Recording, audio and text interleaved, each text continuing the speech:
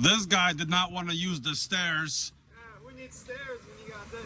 So he decided to use the slide. Maybe you need a slide at your house. Forget walking down the stairs. Straight from the house, couple stairs here, and then back to your car, down the slide. Would you rather take the stairs? I mean, it might be healthier when your downspout decides to grow a tree. It's a good spot for it. Lots of moss, lots of trees. The Great Northwest. Gutters are packed everywhere. All right, got the tree removed. Installed a max flow outlet. Skirt flashing. There was a squirrel hole there. There's a scupper here. Everything's getting destroyed here. All the spots that the gutter was inside pretty much rotted out. So check this out. Even the downspout, all that moisture basically made the downspout. So gotta ventilate it. Have a little bit of spacing. You can see where it's not being dried out. It's peeling paint. Anyway, got the porch done. Gutters in the porch. Kind of sketchy up here. Porch was a success.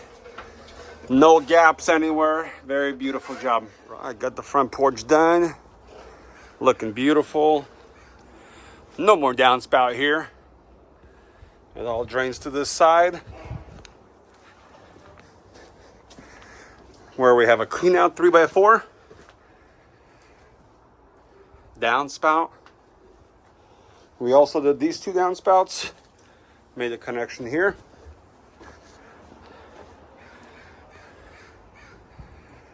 Connection here. Very beautiful. Added a couple straps right over here. Strap here.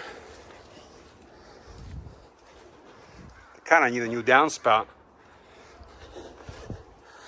This one's a little bit, oh well.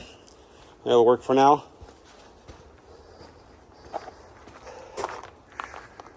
New strap right there. Hold the downspout in place.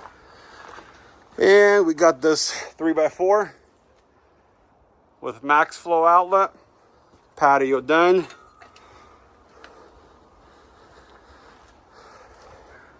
New addition patio right there. Left some space right there so the wall won't rot. 2-3 inches is what they recommend for stucco. I did 2 inches over there because you can see what happens when it's too tight. It starts leaking everywhere. There's not much water there, so not a big deal. And the last downspout we did was over here. We did a clean out and a new downspout.